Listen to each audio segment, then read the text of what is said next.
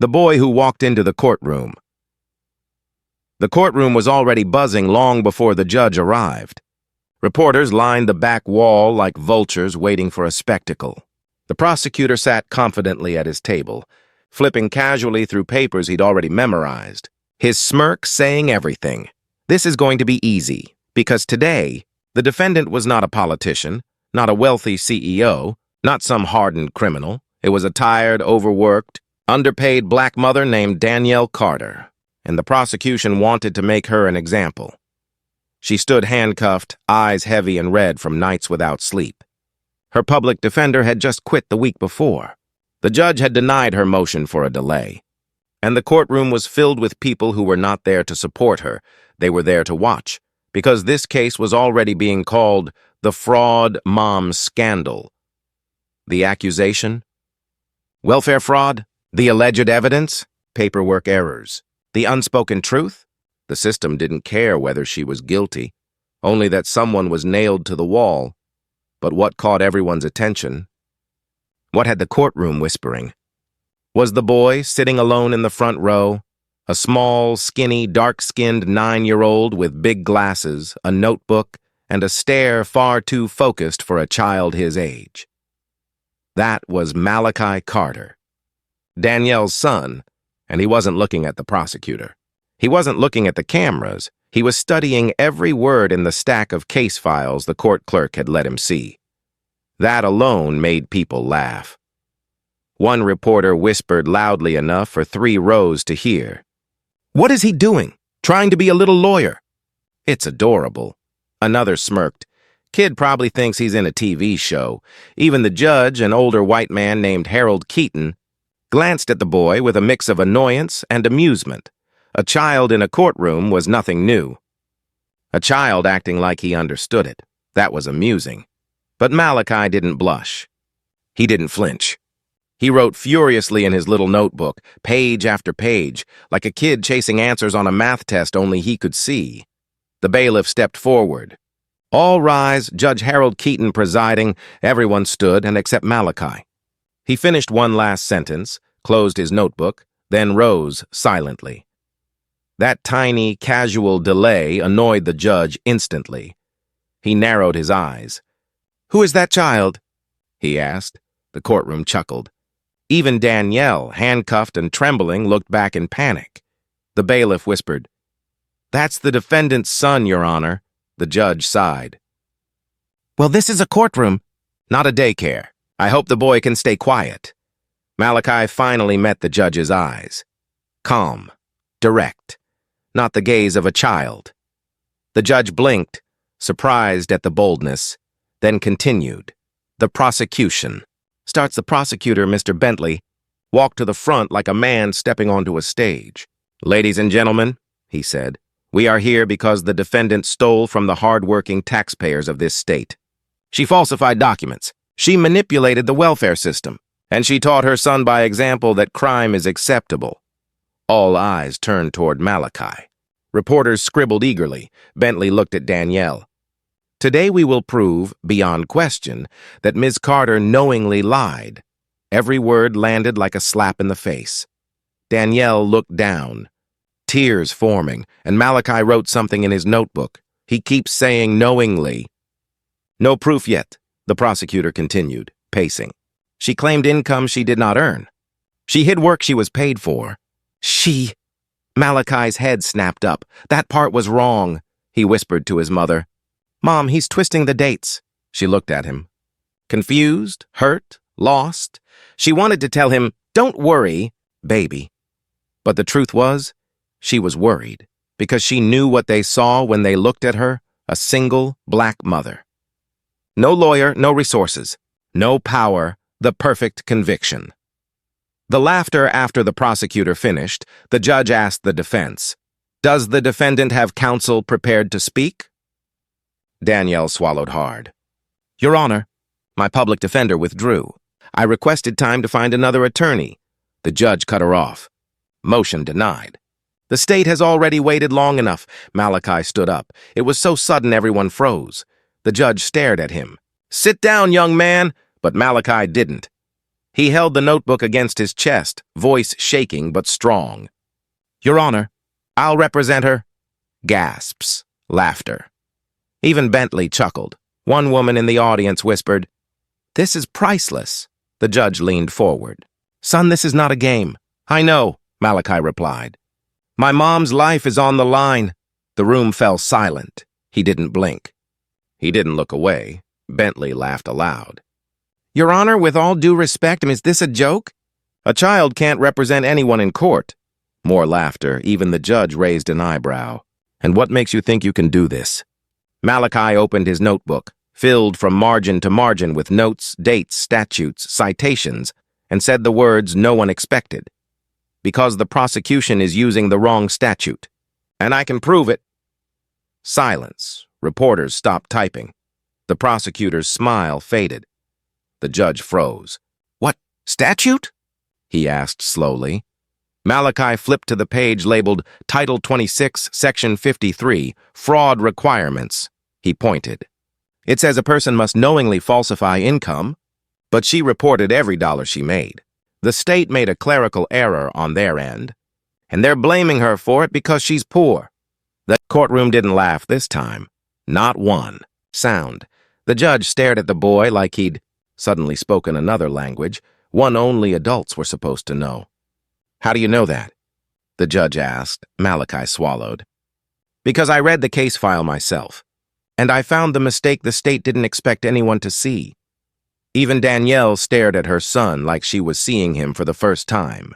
"Malachi," she whispered, voice breaking. How did you—" He squeezed her hand, eyes still locked on the judge.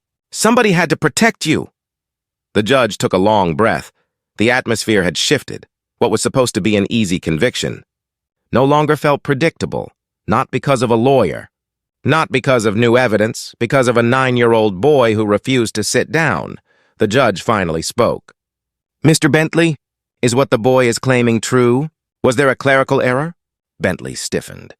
"Your Honor, I don't see how that's relevant to—" "Answer the question," the judge snapped. Bentley hesitated. Too long.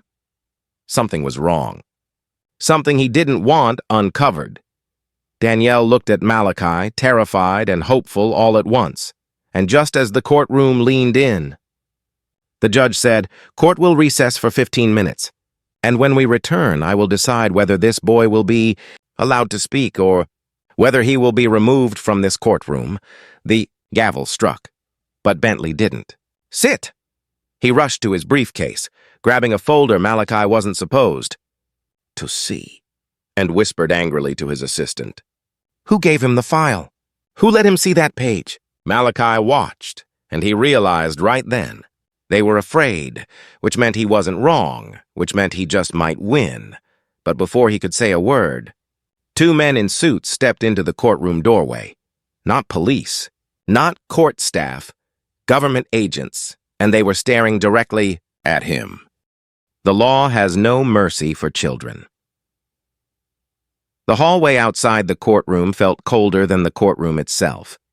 The air carried a tension that didn't belong near a child, the kind of tension adults used when they were planning something behind closed doors. Malachi sat beside his mother during the recess, still clutching his notebook. Danielle held his hand like she was afraid he might disappear. She kept whispering the same sentence over and over. "You shouldn't have to do this. You're just a child." But Malachi didn't see himself as just a child. Not anymore. Not after watching what the system was doing to her. He looked up at her and said quietly, "Then why is it okay for grown-ups to act like children with power?" Danielle stared at him, stunned by the truth in his words, and the sadness in them. Before she could respond, the 2 men in suits approached. No badges displayed. No names offered, just the kind of confidence you only get when you work for someone untouchable. The taller man spoke first. "You're Malachi Carter?" Malachi didn't answer. The second man smirked. "Smart kid. Already knows silence is safer." Danielle stood, instinctively stepping in front of her son. "Who are you? Why are you talking to my child?" The taller man flashed a thin smile. "We're here on behalf of the State Welfare Fraud Investigation Division." Danielle frowned. But you already investigated— No, the man cut in. We investigated you. Now we're investigating how a 9-year-old got access to sealed evidence files. That was when Malachi understood. They weren't here for justice. They were here for control. I didn't steal anything, he said. I just read what they gave me. The shorter agent leaned in. And how did you know what to look for? Who helped you? His tone wasn't curious. It was accusatory. Danielle stepped closer, voice firm. Nobody helped him. He's just lying, the agent said. Or coached, Malachi held his ground.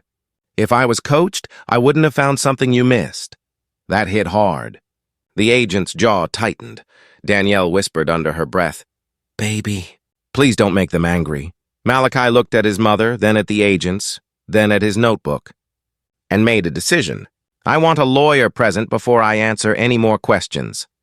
Both agents froze. Then, slowly, they smiled.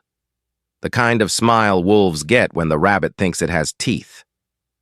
You think this is a movie? The taller one said. You think a 9-year-old has legal rights in this situation? Malachi didn't flinch. The Constitution doesn't have an age requirement. The shorter agent stepped forward, voice threatening but calm. Listen, kid.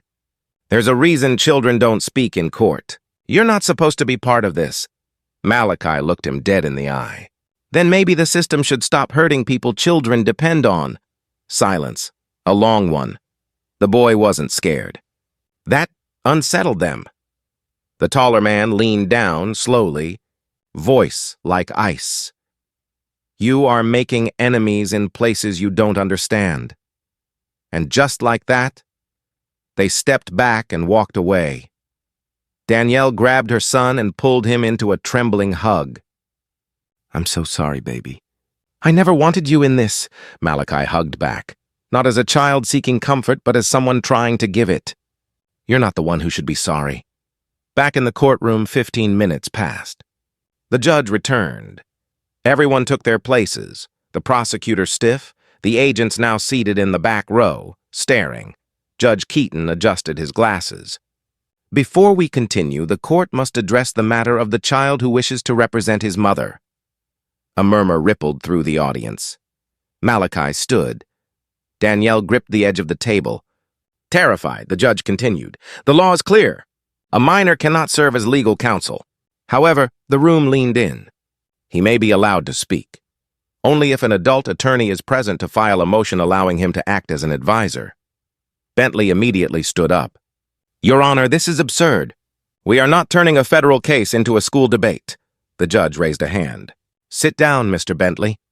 The court will decide what is and is not absurd. Bentley slowly sat, seething.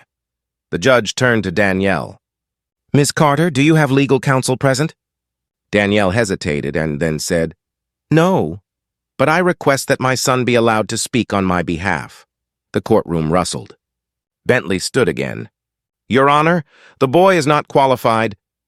Neither is the prosecution if they filed under the wrong statute, Malachi said. Gasps. The courtroom exploded in whispers. The judge slammed the gavel. Order! He turned to Malachi. Son, if I allow this, you will be cross-examined. You will be challenged in front of this court. Are you prepared for that? Malachi didn't blink. Yes, Your Honor. The judge studied him, really studied him, and then nodded slowly. Very well. The court will allow the boy to speak, on record. The gallery reacted like a bomb had gone off. Reporters' fingers flew over keyboards. Bentley was visibly furious. And the two government agents in the back? They were no longer smiling. The first strike Judge Keaton turned to Bentley. Mr. Bentley, you may begin questioning. Bentley stood and walked toward the witness stand, but not to question Danielle. He pointed at Malachi. I move that the boy be sworn in, the judge nodded. The bailiff approached.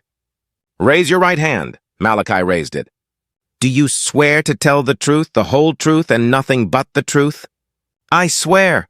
The bailiff stepped back. Bentley began circling like a shark. So, Malachi, you believe you found a mistake in a case filed by the state? Yes. And you believe you understand welfare law better than people with law degrees? No. I just understand it well enough to see when someone's lying. A wave of tension spread through the room. Bentley smiled, but it was the smile of someone who'd already planned the kill. Tell the court, Malachi. Who taught you how to read legal code? Who trained you? Nobody. I read. I research. I learn. Bentley took a step closer. Impossible. You're 9. Children don't read statute books. Malachi looked at the jury. Children can do anything if adults stop getting in the way. A woman in the jury wiped a tear from her eye. Bentley snapped, You're accusing the state of wrongdoing. Do you even know what the penalty for false accusation is? Do you know what the penalty is for withholding evidence? Malachi shot back, and that, right there, cracked Bentley's confidence. The file Malachi opened his notebook and pulled out a photocopied page. This is page 14 from the state's file. It shows my mom reported her income on time, but your copy of the same page is missing that line. The audience gasped. The judge leaned forward. Bentley's face went pale. Where did you get that page? He demanded. From the original file you said I wasn't smart enough to read, Bentley stuttered. That page is inadmissible. It could be fabricated. Malachi spoke clearly. Then bring your version. Let the court see both. Silence. Bentley didn't move. Wouldn't move. Because he knew he had altered evidence, and a 9-year-old caught him. The judge's voice dropped into something cold. Mr. Bentley, do you have the page in question? Bentley opened his briefcase, slowly, hands shaking.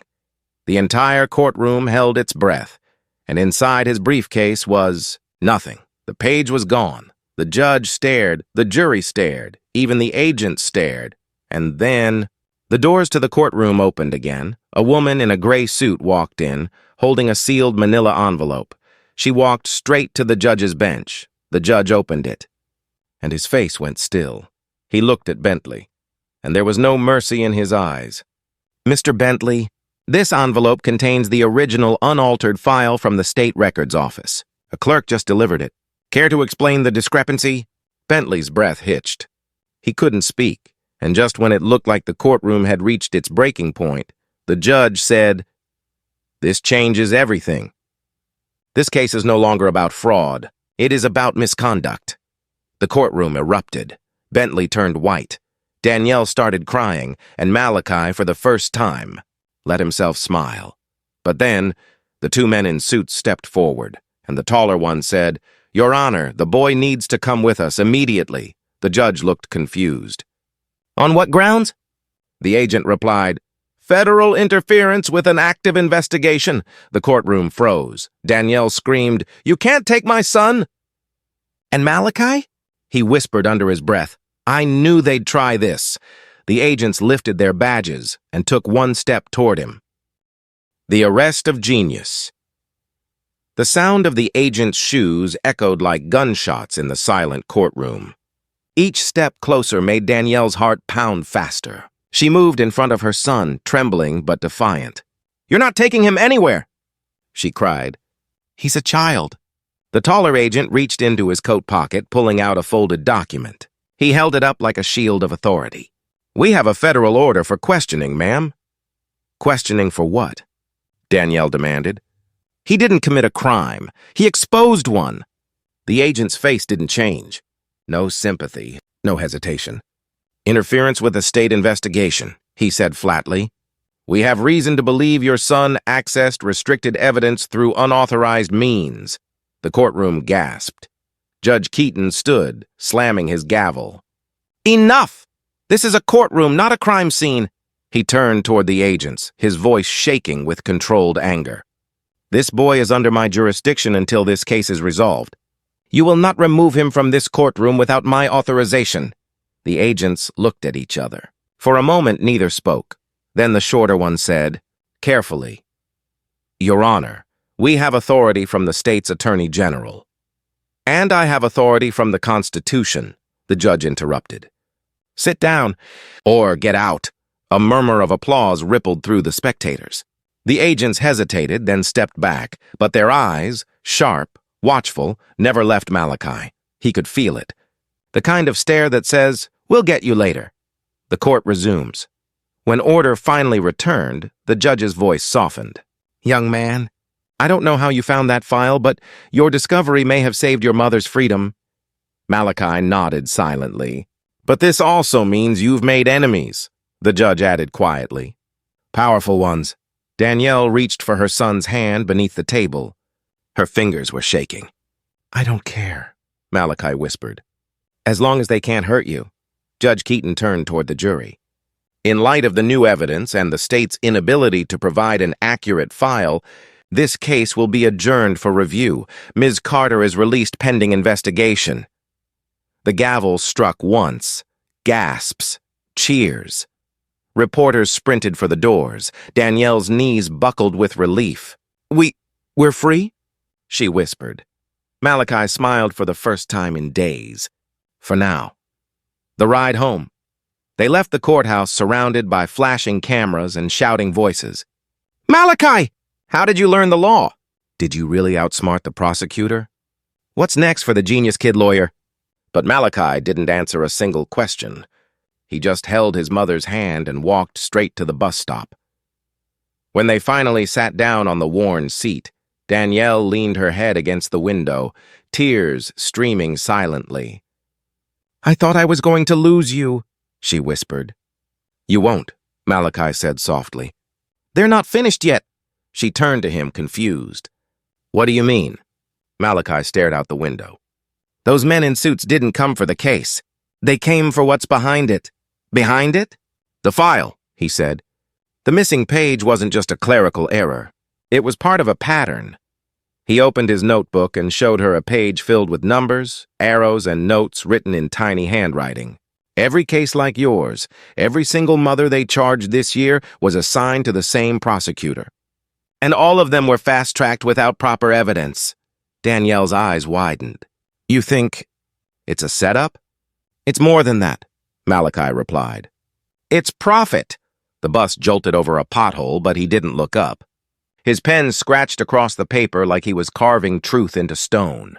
They get bonuses for high conviction rates. Every innocent person they convict is money in someone's pocket. Danielle's voice trembled. Malachi, this isn't your fight. It is now, he said. The knock on the door that night, the lights in their small apartment flickered. Rain hammered against the windows. Danielle made dinner quietly, canned soup and cornbread, but neither of them had an appetite. Malachi was at the kitchen table, papers spread out everywhere. His notebook, now dog-eared and thick, was filled with names, case numbers, and question marks. You need to sleep, Danielle said softly. You've done enough. I can't, he murmured. They'll come back. And as if summoned by those words, a knock rattled the door, not soft. Not polite, a heavy, deliberate boom, boom, boom. Danielle froze. Malachi looked up slowly. Don't open it, he said. The knocking came again, louder this time. Danielle Carter. Federal agents, open up! Her heart sank. She turned to her son, panic in her eyes. What do I do? Malachi gathered his papers quickly, stuffing them into his backpack. Don't let them in without a warrant, she swallowed hard. They said they're agents, baby. Then they should already have one, he said. The knocking became pounding. The door frame rattled. Danielle, shaking, shouted through the door. Do you have a warrant? Silence for 2 seconds, then a voice replied, We can get one if you make us. That was the moment Malachi realized the truth. This wasn't about the law anymore. It was about intimidation. He whispered quickly, Grab your purse. We need to go out the back. Malachi, please. Mom, trust me. They slipped quietly out the back door, down the fire escape, into the rain-soaked alley. Malachi's backpack thumped against his back as they ran through puddles. Breath visible in the cold night air. Behind them, the pounding continued, but soon it stopped, and that was even scarier. The shelter. They ran for nearly 20 minutes before finding an old community center still open for the night. The sign read, St. Hope Family Shelter. A kind older woman met them at the door. You two look like you've been through a storm, she said gently. Come in. We'll get you dry. Danielle nodded gratefully, tears mixing with rain. Malachi clutched his backpack tightly. As they sat with blankets and tea, the woman smiled at Malachi. "You must be a brave little man." Malachi forced a smile. "I'm just trying to keep my mom safe." The woman's eyes softened. "You remind me of my son," she said quietly. "He used to read court books, too. Said one day he'd make the law fair." "What happened to him?" Malachi asked. Her eyes dimmed. "He tried. The file within the file hours passed." Danielle finally fell asleep on a cot. Malachi stayed awake, flipping through his notes again. Something was bothering him. He opened the photocopied page, the one that had exposed Bentley's fraud. At the bottom corner, in faint blue ink, were numbers he hadn't noticed before. 220407BX. He frowned, then searched his notes. The same code appeared in 2 other cases he'd found, both involving single mothers accused of fraud. 3 cases. Same prosecutor, same code. He circled it. "BX," he muttered. "What is BX?" He opened his backpack, searching for the envelope the judge had received, the one the mysterious woman had delivered in court. Inside was the seal of the state records office, and beneath it a signature, A. Bowman. He didn't know the name, but he underlined it 3 times. That was his next lead. He didn't know how or why, but someone inside the system had helped him, and someone else wanted him gone before he could figure out why. The midnight visit. It was well past midnight when he heard it, a sound outside the shelter window, a car door. Then another. He looked through the blinds. 2 black SUVs parked across the street. His stomach dropped. They'd found them. He turned and shook his mother gently. "Mom, wake up," she stirred, groggy. "What is it?" "They're here." Her eyes snapped open. She didn't ask who they were. She already knew. Malachi grabbed his backpack. "We have to go out the back again." But before they could move, the shelter lights flickered, then cut out completely. Darkness swallowed the room. Danielle's hand found his in the dark. "Malachi," he whispered back, "don't be scared." A flashlight beam swept through the hallway. Footsteps approached, and a low voice said, "He's in here! Get the boy!" Malachi's grip tightened on his mother's hand. He whispered, barely audible, "If they take me, don't let them stop you. Find A. Bowman." "No, I'm not leaving you!" But before she could say more, the door burst open. A hand grabbed Malachi's arm. Danielle screamed. Malachi's notebook fell to the floor. Pages flying open, the circled letters BX shining faintly under the flashlight, and as they dragged him away, the last thing he shouted was, "Mom! Remember the code! Bax! Find Bowman!" The door slammed shut. The room went silent. Only the echo of his voice remained. The boy in custody. The cell was smaller than his bedroom. Concrete walls, flickering light, a narrow bed bolted to the floor. 9-year-old Malachi Carter sat with his back straight, staring at the metal door as if his mind could burn a hole through it. No one had told him where he was. No one had said how long he'd be there. All he knew was that the room smelled like bleach and fear. And the fear wasn't his. He was too angry for that. The interrogation begins. The door finally opened. 2 men stepped inside, the same agents from the courthouse. The taller one smirked. "Still think you're a lawyer, kid?"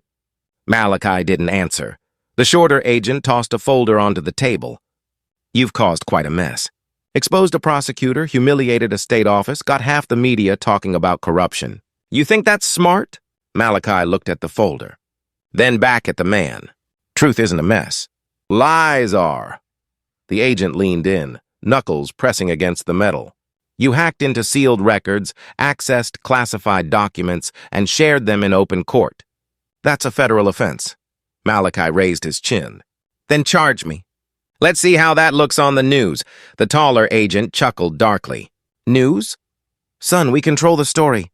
Malachi's jaw tightened. He'd seen men like them before, not in person, but on TV. The kind who smiled while they buried the truth. "You can't control everyone," he said quietly. "Not the people who've been hurt like my mom." "They'll see through you." The shorter agent's voice grew sharp. Watch your mouth. Malachi looked at him steadily. Why, the truth hurts? The taller one slammed his palm against the table. Enough! You're going to tell us who helped you. Names, kid. Who gave you that file? Malachi didn't flinch. Nobody helped me. The agent's voice dropped to a dangerous whisper. Don't lie to me. I'm not lying. Someone wanted justice. That's not a crime. The shorter agent exchanged a look with his partner. Then he said something Malachi didn't expect. You mean A. Bowman, right? Malachi froze. The agent smirked. Yeah, we know about her. The little ghost in the records office. Been leaking files for months. Thinks she's some kind of hero. What did you do to her? Malachi asked, heart pounding. The taller agent smiled cruelly. Wouldn't you like to know? Back at the shelter, while Malachi was being questioned, Danielle sat in the shelter's small office, her face pale and streaked with tears. The director, the same kind woman who had given them blankets, held her trembling hands. Danielle, listen to me. We can't call the police. They're part of it. Then what do I do? Danielle cried. They took my baby. He's just a child.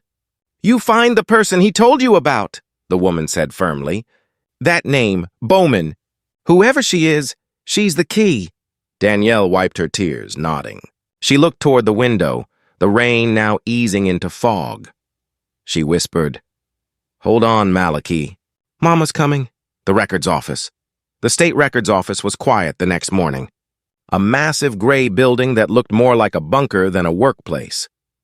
Danielle walked in with borrowed clothes and shaking hands. Her heart beat in her throat as she approached the front desk. A security guard glanced up. Can I help you, ma'am? Yes, she said softly. I'm looking for someone named Bowman. The guard frowned. First name? I don't know. But she works in records. Please, it's important. He checked a screen, brows furrowing. We don't have anyone by that name. Danielle's heart dropped. Are you sure? He hesitated, then leaned in slightly. Look, I don't know what you're mixed up in, but you should leave. Now. Why? She whispered. Because there was an A. Bowman here. She disappeared last week. No resignation, no contact. Just gone. Danielle's breath caught. Gone. And if you're looking for her, he said quietly, you might be next. Malachi's plan back in the cell, Malachi sat alone again, tracing the letters BX on the table with his fingertip. He thought about the agent's words. Bowman wasn't just a name. She was part of something deeper. He remembered the pattern in his notebook. Every fraudulent case had the same BX code. It wasn't a coincidence. Then, quietly, he noticed something new. On the table corner, carved faintly into the metal were the same letters, BX. He leaned closer. Beneath them were numbers, 1438, 22 coordinates, a code. Before he could think further, the door opened again. This time, a woman entered. Tall, sharp suit, silver badge. Not one of the agents. She looked at him with curiosity, not cruelty. You're Malachi Carter? He nodded slowly. She smiled faintly. My name is Agent Lydia Brooks. I work with Internal Affairs. You caused quite a storm. Malachi studied her carefully. Are you here to help me? Or shut me up? Her smile didn't fade. Depends on what you tell me. He crossed his arms. You wouldn't believe me. Try me. He told her everything. The missing page, the forged files, the code BX, and the name Bowman. When he finished, she sat very still. That aligns with what we've been suspecting, she said finally. BX isn't just a code. It's a division inside the State Welfare Department, a covert auditing branch. But recently, all their case files have been scrubbed. Scrubbed? Wiped clean. And Bowman? She hesitated. Bowman was one of ours. Malachi's eyes widened. One of yours? An internal investigator, Brooks said quietly. She was trying to expose financial corruption linked to prosecution bonuses. But she went missing 3 days ago. Then she sent that envelope, Malachi whispered. She knew she was running out of time. Agent Brooks nodded grimly. You may have just become the only witness who can finish what she started. Danielle's discovery across town, Danielle sat in a small diner, her mind racing. She replayed everything, the guard's warning, Malachi's words, Bowman's name. When she reached into her purse for her phone, She noticed something she hadn't before. A folded note tucked inside, written in unfamiliar handwriting. If you're reading this, I've been found. Go to 1438 Route 22, BX Storage Facility. Tell no one. Danielle's breath hitched. 438? Bex. It matched the numbers Malachi had once scribbled in his notebook. She stood up, her chair scraping loudly against the floor. Please, God, she whispered. Let him still be alive. The escape at the holding facility. Malachi waited for Agent Brooks to return. Hours passed. No one came. Then suddenly, a knock at the vent. He froze. A whisper came through the grate. Malachi? His heart leapt. Mom! Shh, she whispered. I found you. I'm outside. I got the code from Bowman's note. We don't have much time. How did you? Later. Listen, there's a maintenance exit at the back. I need you to get there. Malachi looked toward the door. They'll see me. No, they won't, she said. Someone shut off the cameras for 5 minutes. I think we have help. Help. A woman named Brooks. Malachi's heart surged. She's here? She found me outside. Said she's internal affairs. Then we can trust her, he said quickly. She's one of the good ones. He grabbed his backpack and slipped through the vent's loose grate. As he crawled through the metal tunnel, voices echoed faintly below, the agents shouting orders. They knew. He pushed faster, scraping his elbows on the metal. At the end of the tunnel, a hand reached in, his mother's. He grabbed it, and for one beautiful second she held him tight. I got you, she whispered. I got you, baby. The chase. They ran across the facility yard, rain pouring down again. The chain-link gate loomed ahead, and beyond it, headlights. A black SUV screeched to a stop. The passenger door opened. Agent Brooks leaned out, yelling, Get in! Danielle pushed Malachi forward, both diving into the back seat. The SUV sped off just as gunshots cracked behind them. Bullets hit the wet pavement. Sparks flying. Danielle clutched her son to her chest, sobbing. Never again. Never. Brooks kept her eyes on the road. You were right, kid. They're covering something big. We just became the biggest threat they've ever seen. Malachi looked at her through the rearview mirror. Then we expose them. Brooks nodded grimly. And to do that, we're going to need Bowman's files. Where? Storage facility, Route 22, Brooks said. The last place she accessed before she disappeared. Danielle gasped. That's where her note said to go. Brooks's grip tightened on the wheel. Then that's where we're going. Thunder cracked above them as the SUV vanished down the highway. Behind them, sirens began to wail, faint but closing in. Malachi looked out the back window, rain streaking his glasses. They won't stop, will they? Brooks shook her head. No, not until you're silenced. Or the truth comes out. Malachi turned forward, his eyes burning with something stronger than fear.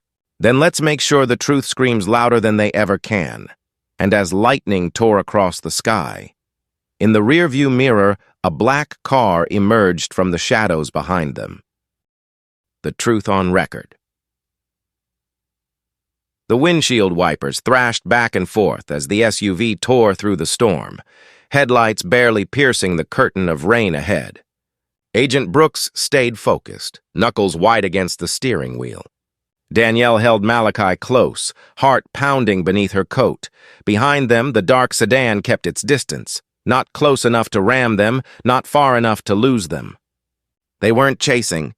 They were tracking. They're not trying to stop us yet, Brooks muttered. They're waiting to see who else is involved. Malachi stared out the back window.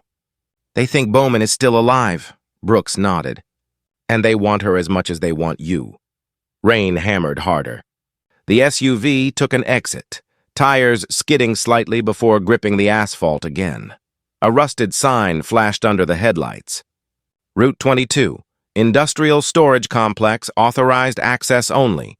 They were close. The BX facility. The facility was enormous. Rows of storage units behind tall fences, guarded by security cameras that swiveled slowly like mechanical eyes. Brooks parked the SUV behind an abandoned shipping crate. We're going in on foot, she said. Stay together, move fast. Don't talk unless necessary. Danielle squeezed Malachi's shoulder. "Stay in front of me. I need to see you." Malachi nodded and zipped up his backpack. They slipped past the fence through a loose panel, sprinted under the camera's blind spots, and stopped in front of Unit BX 1438, the number from Bowman's note. The lock was heavy, rusted, government-issued. Brooks reached into her coat, pulled out bolt cutters, and snapped the steel like it was paper. The door screeched upward. Inside was darkness, dust, silence. Then, Malachi turned on his small flashlight, and what the beam revealed made all three of them freeze. The files' floor-to-ceiling shelves lined the unit. Rows of boxes, crates of binders, flash drives, hard drives labeled with dates and case numbers. Danielle stepped forward, hand over her mouth. "What is all this?" Brooks answered softly, voice stunned. "Evidence. Every fraudulent prosecution BX division ever pushed through." Malachi's light stopped on a box labeled Carter, Danielle. Priority check taped beside it was a sticky note in handwriting he recognized. "For the boy. They'll never expect a child to find the truth. A.B." "Bowman left this for me," Malachi whispered. Brooks opened the box. Inside were printed emails, time-stamped system logs, forged income reports, and most importantly, payment records. Each prosecution had a payout attached. The higher the conviction rate, the bigger the transfer. To the prosecutor, to the division head, to the state attorney's office. Danielle shook her head slowly. They were paid to ruin people's lives? Not people, Brooks said bitterly. Single parents, low-income workers, people too poor to fight back. Malachi stared at the files, fury filling his chest. "This is everything. We can expose them." Brooks nodded. "Yes. But we need someone who can make it public before they bury it." "The judge," Malachi said immediately. "Judge Keaton. He believed me. He saw the truth." Brooks hesitated, then handed him a flash drive. "Then we get this to him. If it goes through the system, it gets erased. If it goes to the wrong reporter, it gets buried." Danielle looked at them both. "How do we get out of here without being caught?" A voice answered from behind the shelves. "You don't." All three spun around. A figure stepped out from the shadows, drenched, pale, exhausted, but very much alive. A. Bowman. Her hair was disheveled, her coat torn, but her eyes, sharp, unbroken, locked onto Malachi with something like awe. "You found it," she said softly. "I wasn't sure you would." Danielle stared in disbelief. "You're alive." "Barely," Bowman replied. "They came for me the same way they came for your son. But I've been waiting. I knew someone would follow the trail." She turned to Malachi. "I never thought it would be a child." "Children see what adults ignore," he said. Her smile was sad. "That's why they fear you." Before he could respond, headlights swept across the storage yard. Multiple cars, doors slamming, boots running. Brooks drew her gun instantly. "They're here." Bowman reached under a tarp and pulled out a black case. Inside was a small portable upload device. "We don't need to escape with the files," she said. "We just need to upload them to the courthouse database, the one they can't erase." "Can we do it from here?" Malachi asked. "No, it needs hardline access. Only one place has that." "Where?" he asked. Brooks and Bowman spoke at the same time. "The courthouse." Malachi nodded. "Then we go back." Danielle grabbed his arm. "Baby, do you understand what that means? They'll be waiting. They'll try to stop us." He looked at her, eyes steady, older than his age. "Mom, they already tried, and I'm still here." The final run, the unit door slammed shut, just as agents stormed the rows outside. Brooks led them through the emergency exit. "South fence, go!" They sprinted through the rain, mud splashing beneath their shoes. Shouts echoed behind them. Flashlights cut the darkness like swords. A spotlight swept over them.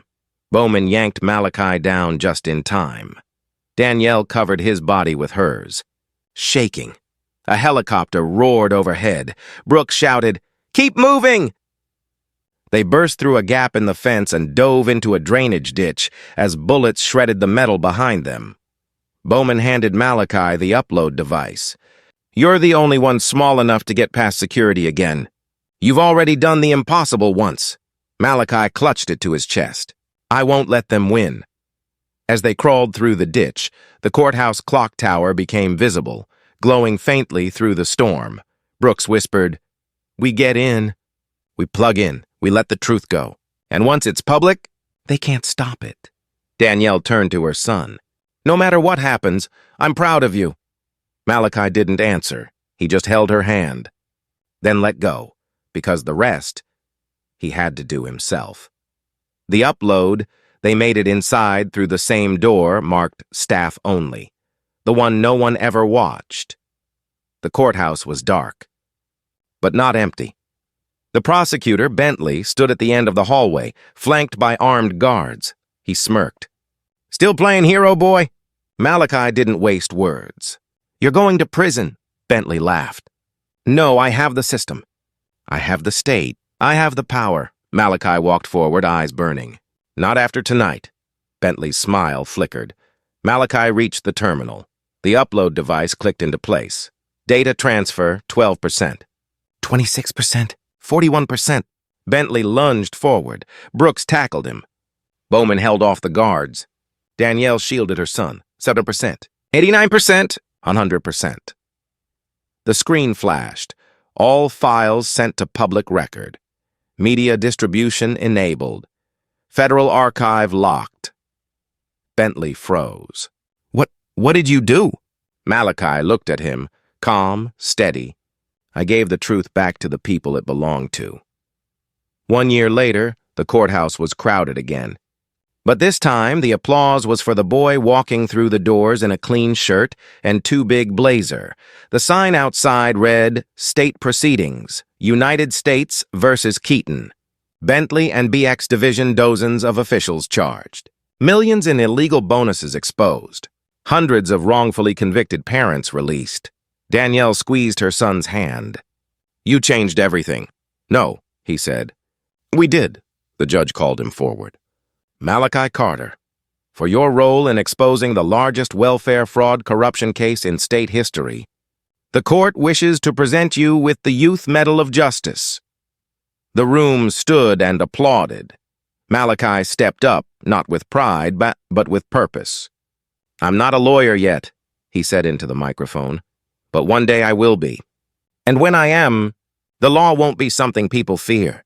It'll be something that protects them." And the crowd erupted, because sometimes the smallest voice is the one that ends the loudest injustice.